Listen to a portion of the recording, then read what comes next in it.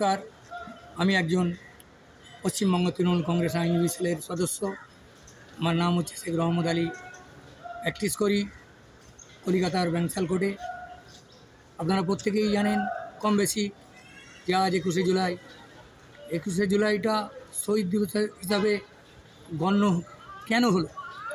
আপনারা প্রত্যেকেই কম বেশি জানেন 1993 সালের 21শে জুলাই বামপন সরকারের আমলে পশ্চিমবঙ্গের তখন তৎকালীন জাতীয় কংগ্রেসের সভানেত্রী মমতা ব্যানার্জির আহ্বানে রাইটার্স অভিযান হয়েছিল। সেই অভিযানে নির্বিচারে বামপন সরকারের পুলিশ গুলি চালিয়ে 13 জন কংগ্রেস কর্মীকে নিহত করেছিলেন এবং অনেক মানুষ বা অনেক কংগ্রেস কর্মী তারা আহত হয়েছিলেন। সেই দিন থেকে শহীদ দিবস হিসাবে পরিগণিত হয়।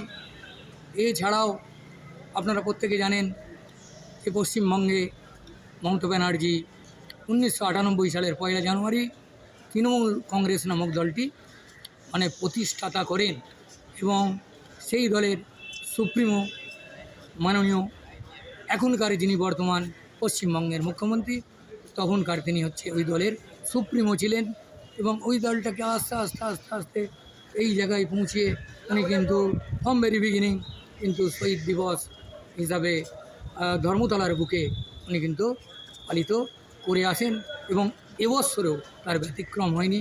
তবে আজকে যা দেখলাম আমি ধর্মতলার বুকে গিয়ে যে শহীদদের স্মরণে ওনাদের শ্রদ্ধাঞ্জলি দেওয়ার জন্যে আমাদের সঙ্গে এবং সাধারণ মানুষ তথা তৃণমূলের কর্মী সমর্থকরা এবং আইনজীবী বন্ধুগণেরাও এবং কিন্তু সেখানে জনসমুদ্রে পরিণত করেছিলেন।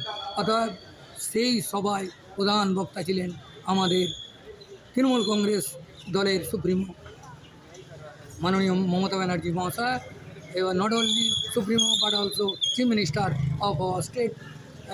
তিনিও বার্তা দিলেন যে বাংলা ভাষাকে যেভাবে অবমাননা করছে সেই ভাষার তীব্র নিন্দা জানান এবং বাঙালিদের উপরে যে স্টিম রোলার চালাচ্ছে, অত্যাচার চালাচ্ছে, সেটাও কিন্তু ধিক্কার উনি জানালেন ওই স্টেজের মধ্যে। আজকে সভামঞ্চ থেকে উনি এটা বার্তা দিলেন।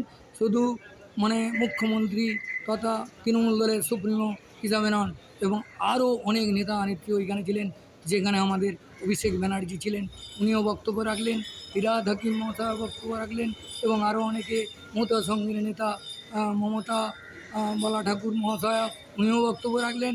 প্রত্যেকে যে তার গুরুত্বপূর্ণ বক্তব্য সঙ্গে বাংলা ভাষার অবমাননাকে কিন্তু তীব্র ধিক্কার জানিয়েছেন এবং বাঙালিদের উপর ধিক্কার বা অত্যাচার আমাদের চিফ মিনিস্টার তথা তৃণমূল কংগ্রেস দলের সুপ্রিমো উনি কিন্তু কোনোভাবেই মেনে নেবেন না এবং নেন না।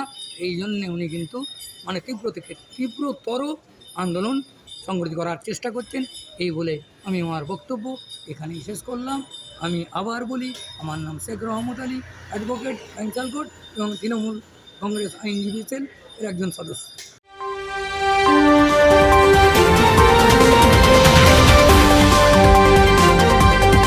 Bureau report, Bangla news, Kolkata.